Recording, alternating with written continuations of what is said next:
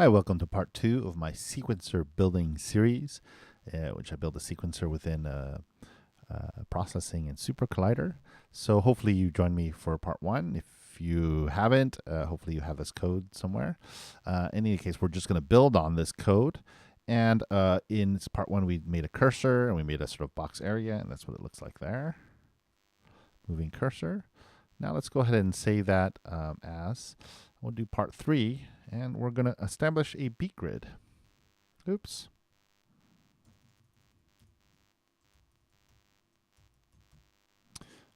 Beat a grid.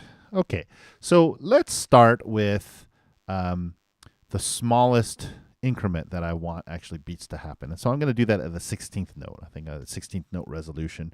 And, maybe later on, once we're all done and happy and we have some time on our hands, we can maybe have ways of changing the resolution. That's certainly possible. But right now, let's just fix it at a 16-beat, 16th note resolution. That'll be the smallest increment on our grid. So let's start there. And probably the best way to do that is make an array for sort of pixel points within our grid, because they're fixed, they're not moving, right? And we'll sort of establish that. And I guess we have to establish the length of our grid as well.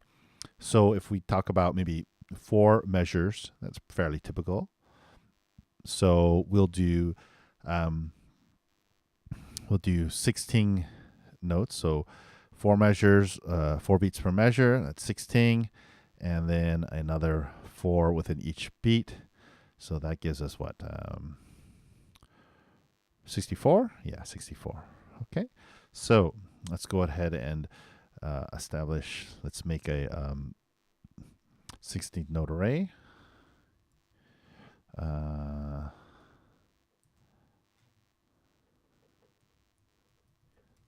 16th note beat grid. Okay. So we'll say it'll be an array of floats. Let's just make them floats for now. Shall we do that? Should we make them into floats? Well, let's make them floats. Okay, and then we're going to have our array notation there. 16ths. 16ths maybe, like that. Okay. And then we'll initialize that. We'll actually fill it here. We'll say 16ths. Okay. Fill 16ths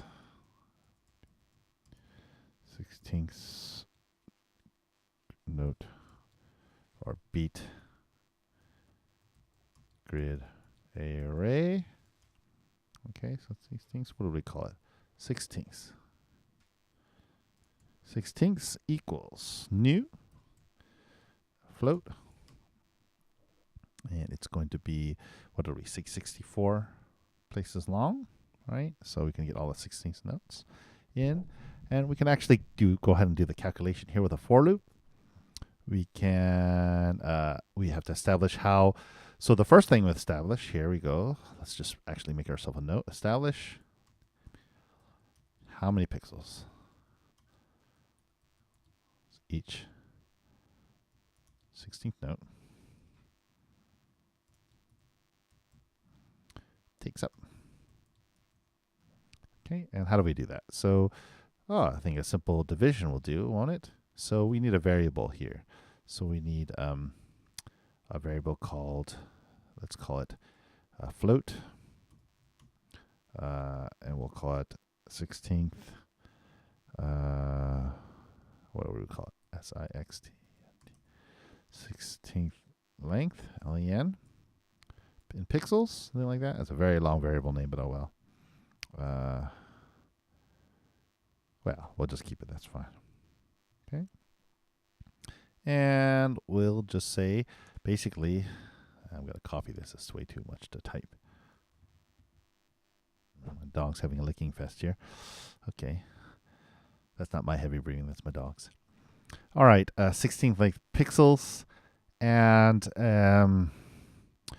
we will be equal basically to the canvas width. So what was that? SAW, the sequencer area width, divided by 64. Now, of course, like I said, we can make these things variables as 64. It could be a number of units or something like that. Resolution times number of measures, etc., etc. But those are sort of fancy bells and whistles that we can establish later. Let's just hard code that for now, just so we can establish this basic beat grid. 16 length pixels equals the width of it. That's the total number of pixels divided by 64, because we have 64 units, 64 16th units, and that's going to give us how many pixels are in each 1/16th beat. All right, and then we can have a for loop here for int I equals 0. I is less than 16th dot length, okay, which we already know is 64 because we just established, and then I plus plus.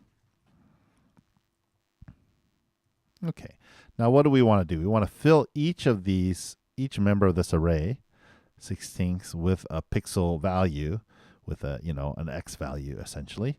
That's going to represent where each 16th note goes. So we'll say 16th I equals I times the 16th length pixel. SIXTEENTHLEN pix.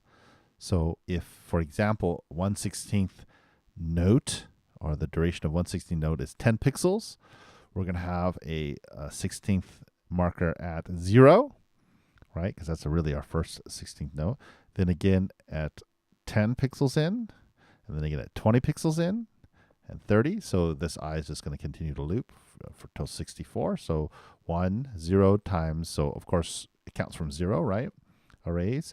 So 0 times the 16th length is 0. So we're going to have a marker at 0. We're going to have a marker at 1 times it. Say, let's just pretend it's 10 again. At 10, 2 times it, 20, etc., etc., etc. And then until it's done filling the array, and we'll have all the things in here, right? And that's all done in setup. So you can nicely change the margin size or the size of your canvas, whatever you do, and it'll still sort of update nicely to where they should be. Okay, now what we want to do is we want to draw our, so now we want our cursor, all these things on top of any markers and such. So let's draw any beat markers in here. So we'll make a beat marker area. Okay, and then we'll loop through. Basically, remember we're in draw now, so it's going to do everything in here once per frame. So we're going to draw all our beat markers, and we'll have to draw them every frame, right? Because we have background and it gets erased. Hope my dog's okay there. Doing a lot of heavy breathing there. All right. Okay. Beat markers. Then we'll use a for loop. Loop through the 16ths for int I equals 0. I is less than 16th dot length. I plus plus. Oops. All right. And then what we're going to do is, we can establish all the sort of drawing parts before the for loop. We don't have to redo them every time for 64 times per cycle. So we'll have these are just lines.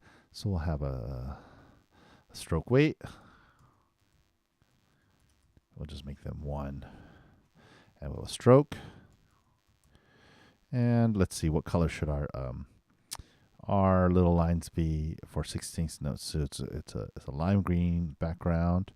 Red, yellow. Let's use our color selector. What would go good on top of kind of a dark blue or something like that? I suppose we can change it as we go, some kind of red or some orange. Let's try orange. Let's see what orange looks like. So I think orange is 255, and I think it's 128 actually. So it's all in half. So 2 all red, half of green.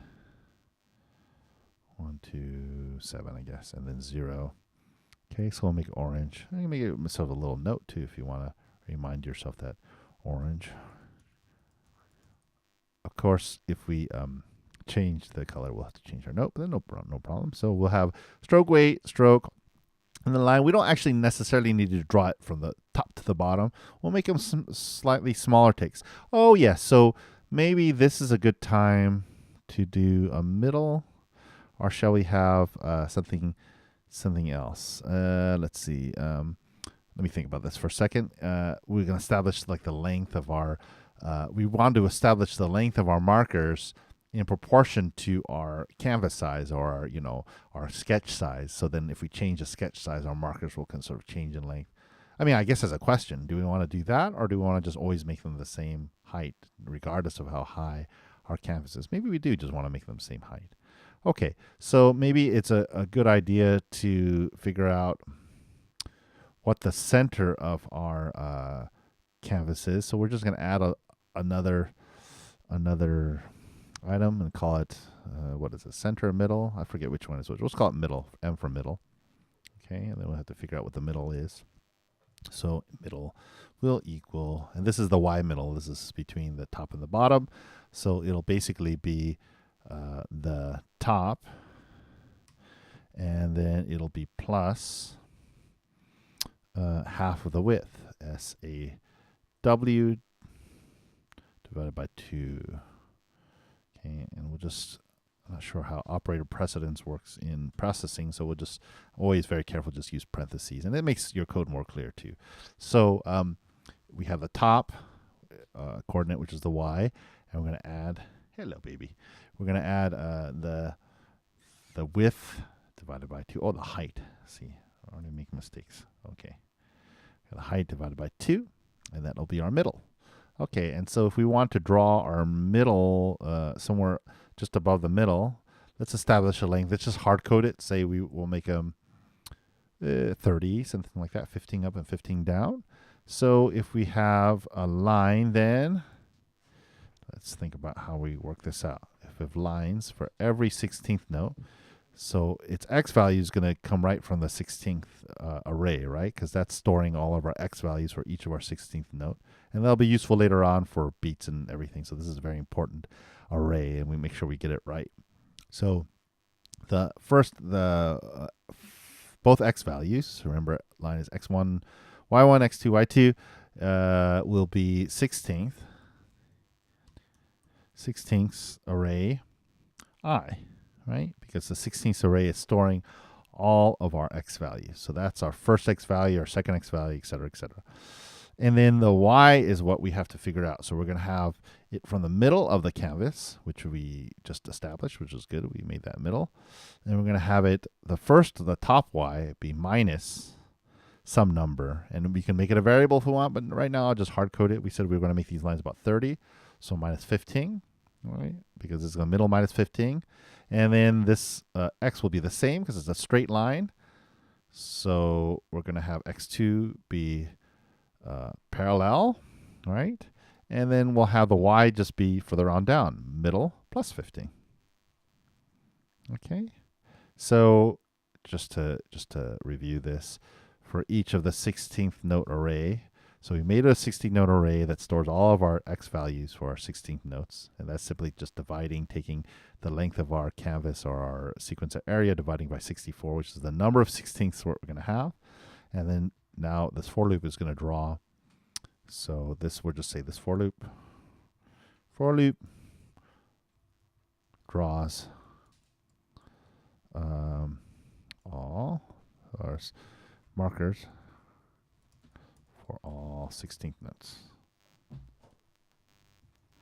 Oh, I have a dog getting all in my cables. Get out of there. I don't know what your deal is. Okay. All right. Draws a marker for all the 16th notes, right? Okay. So let's see if this works. Oh dear.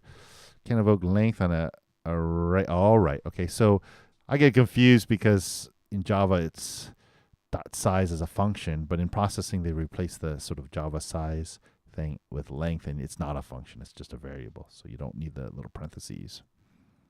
Ah, how nice. Okay. So somehow it's offset though. We didn't add, right. Okay. So we actually have to start it off, don't we? at a better X. So my mistake here was that I'm drawing it at, or when we populate the 16th grid, right?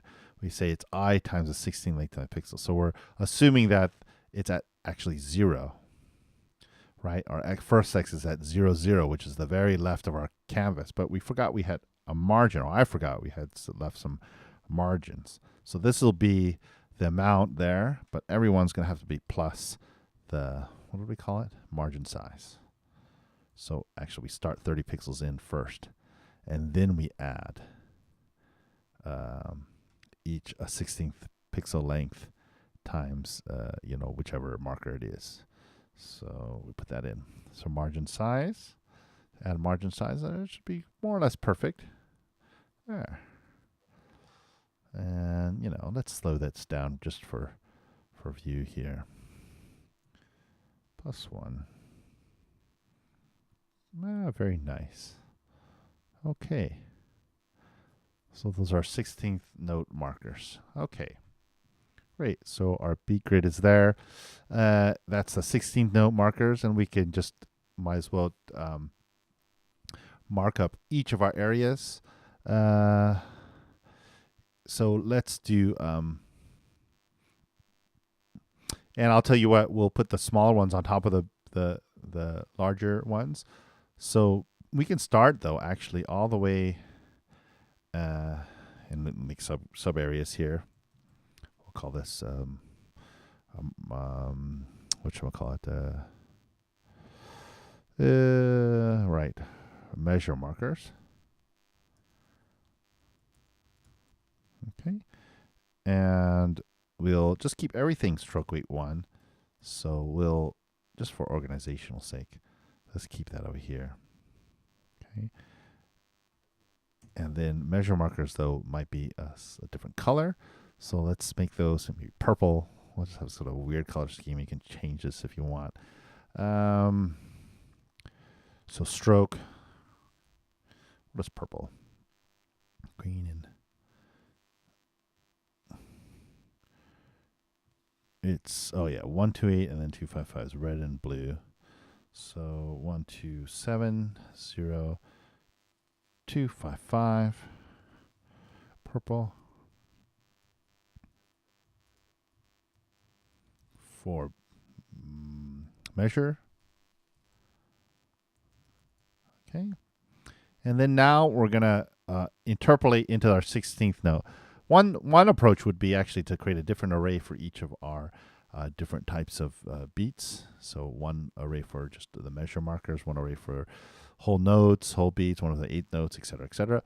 But in fact, I think we can just interpolate from the 16th note ones, right? So if we want one line for every measure, we're going to actually use a different kind of for loop, or just count through it differently. So we'll say for int I equals 0. I is less than 16th dot length. Okay, and then we're just going to count through it differently. So we want one at 0, and we want at one every 16. Don't we want every 16 sixteenths, right? Because one measure is made of 16 sixteenths. So I plus 16th. So I equals I plus 16. Just like that. So we're actually only counting, we're only doing something one every 16th item. So we're going to do it one at 0, one at 16, one at 32, one at 48, right? One at 64 or whatever. So it'll do that for us. And then we just do the same thing. We'll draw a line here. Copy. At 16th I. So even though we're still doing at 16th I, we're only doing it once every 16 of them. If you get that. And we can make these a little bit bigger, can't we? So if the 16 notes are teeny tiny ones, we'll make these a fair bit bigger. Maybe, I don't know. Maybe 30 like that? Is that too big? 30 and 30? We'll see. Okay. So it's going to make a line every 30. So let's run that and see what happens. So yeah, purple line every measure, right? So another thing we can do is maybe make those slightly thicker. Stroke weight 2, maybe like that. And maybe slightly taller too. Let's make that 50, something like that, 50, so they're 100. Let's see what happens. Yeah, it's not bad. I mean, I suppose we can make it just the length of the thing too if you want. We can make it, well, if we want to be completely accurate, and minus SA height divided by 2. And there we go. And plus SA height divided by 2. Or even better, sorry, this is silly. I don't have to go from the middle anymore, so maybe we don't even need the middle for that one. We just go from top to bottom. Silly, silly. Okay. Yeah, that's nice. Okay. So hopefully we got that right. Somehow it looks not quite right. Well, we'll adjust that later. So maybe I got the count wrong. But let's find out when we put in beats. So we'll copy actually all of this. So remember, if you do Command T, it'll straighten everything out, which is nice. Let's copy all of that. Pop that in there. We'll say beat markers. And if we just change the color, say what's on top of purple, maybe yellow. This is going to be a weird mishmash of colors, but let's give it a go. What is yellow? Yeah, yellow is 252, right. Okay, so it's 255 and 255 and 0. Yellow for beats. Okay, and just again now, quite simply, we can just change the sort of interpolation. So we're going to do this every 4, right? So every 4 is in fact a beat. And we're going to draw lines there. So, and we don't want them from top to bottom now. So, you know, another way to actually calculate is instead of from the middle, we can just go in from the top and in from the bottom. So we can just have the top plus, say, oh, I don't know, 30, and the bottom minus 30. Let's see how that works. There we are. Yeah, that doesn't look bad, I suppose. You can have a darker color on that. But this looks good for now. Let's stick with that. So every beat, one, yeah. Okay, good. Now we can have eighth note markers. Do we really need eighth note markers? Yeah, maybe we won't have eighth note markers. It's a little bit confusing then. It's just a little bit too busy. And in that case, maybe we can make a slightly darker, maybe like a dark green or something like that. Let's give it a go. Let's see what happens. See, green, kind of a darky green, a turquoise. Ooh, maybe like a turquoise or something like that. Turquoise blue. What does turquoise look like? It's 255, 255. Let's try that. Okay, so 255 and 255. Yeah, I think I like the yellow better. Oh, well. We can just leave it for now. I don't have to fuss over color too much. Okay. I'm sure there's another color that will work even better. We'll just leave that. So that looks really good for our beat markers there. I think that'll do. All right, so we have our beat markers. We have everything established. All right. I think I'm going to wind up this tutorial. Basically, we are building on our sequencer. I'll save that there. We started with a moving cursor, established and everything like that. And then we used an array to make a 16th note grid. So we made a 16 note grid here. We used our array skills. We calculated the length in pixels of 1/16th note, 1/16th beat. And then we just filled our array with every X value of each of our 64 16th notes. And how did we get 64? Well, we just sort of hard-coded. We decided we were going to make a sequencer 4 measures long. We were going to have a minimum resolution or maximum, whatever you want to call it, minimum resolution of the 16th note. And so we're just going to fill our 16th note grid, which will be 64 of them. So if we have 4 measures of 16th notes, it'll be 64 16th notes. And in fact, 16ths, maybe in a more accurate way to describe that array, is a 16th note x values or something like that. But already it's quite a long variable name. So, but that does, in fact, hold all of our x values for our 16th notes. And so we made a little for loop, and this is all still in setup. This is just populating this array. So it's an empty array right there. So it's 64 members long. We established a length a length in pixels for each 16th node. And this is, again, based on the width of our canvas, or size. So if we were to change that size, say, to 700 there, it would still calculate correctly. So that's kind of nice. So this is based on the width of our setup. Let's put that back to 1,000. It's too small. And then what we did was we for looped it. So we counted through all of our 16th note x value array, and we populated it. So we said each member is going to equal to, and remember we had to adjust that margin size. We had to start at the margin size, which is 0 of the sequencer area. And then we add every time 1 16th length pixel times the whatever number it is. So at the 0th 16th note, it's going to just start at the beginning, just the beginning of the sequencer area. At the first 16th note, that's 1 16th note in, it's going to be 1 times the length of the 16th note. Again, plus the, wherever our sequencer area starts. Again, 2, 3, 4, all the way to 64 on the draws.